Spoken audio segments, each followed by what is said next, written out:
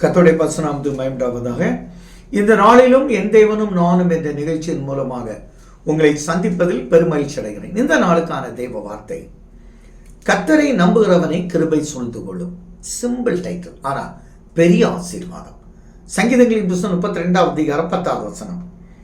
துன்மார்க்கனுக்கு அநேக வேதனைகள் உண்டு, கர்த்தரை நம்பி இருக்கிறவனையோ கிருபை சூழ்ந்து கொள்ளும். இப்போ 6வது வசனத்துல சொல்ல பாருங்க, சகாயம் கிடைக்கும் காலத்தில் பக்தி உள்ளவன் எவனும் ஆண்டவரை நோக்கி விண்ணப்பம் பண்ணுவான். எதுக்கு? தேவ சகாயத்தை பெற்றுக்கொள்ள. அப்பொழுது ஜலப்பிரவாகமே வந்தாலும் எந்த சோதனை உங்களை அணுகாது.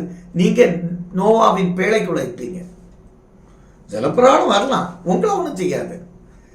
கடல்ல படகுல எவ்வளவு பிரச்சனை, இயேசு பக்கத்துல இருந்தாரே, அமைதியாருன்னு சொன்னார்ல. உங்க பிரச்சனை என்னை சொல்ற, அமைதியாரு, உங்கள்கிட்ட சண்டை போடுறேன், போ பேசாம வாய் மூடு அப்படின்னு கர்த்தரே சொல்லுவார். நீங்க ஜெயிக்க பிறந்தவங்க. எவ்வளவு அழகான வார்த்தை. கர்த்தரை நம்புகிற உங்களை கிருபை சூழ்ந்துக்கணும். அவர் உங்களுக்கு வழி காட்டுவார். இதுல 8வது, நான் உனக்கு போதித்து நீ நடக்க வேண்டிய வழியை உன்னை காட்டுவேன், உன் மேல கண் வைத்த ஆலோசனை சொல்லுவேன்.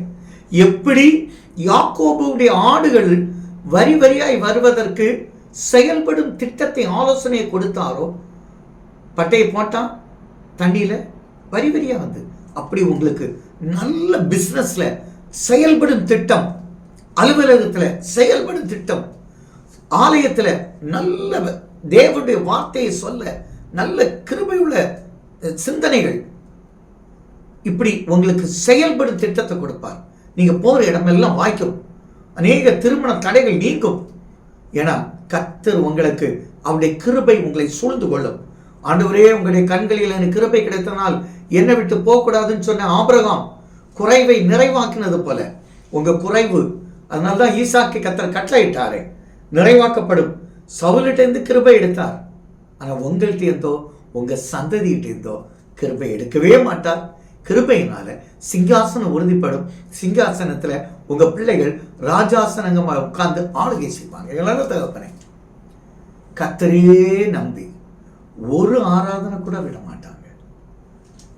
இரவும் பகலும் கர்த்தருடைய வேதத்தில் தியானமாக இருக்கிற ஜெபிக்கிற பிள்ளைகள், வேதம் வாசிக்கிற பிள்ளைகள், பர்சனல் பிரேயர் பண்றவங்க, இவங்க எல்லாரையும் கிருபை சூழ்ந்து கொள்கிறதப்பா. நினைத்த காரியம் நினைத்தபடி நடக்க கிருபை செய்யும் நல்ல பிதாவே. ஆமென்.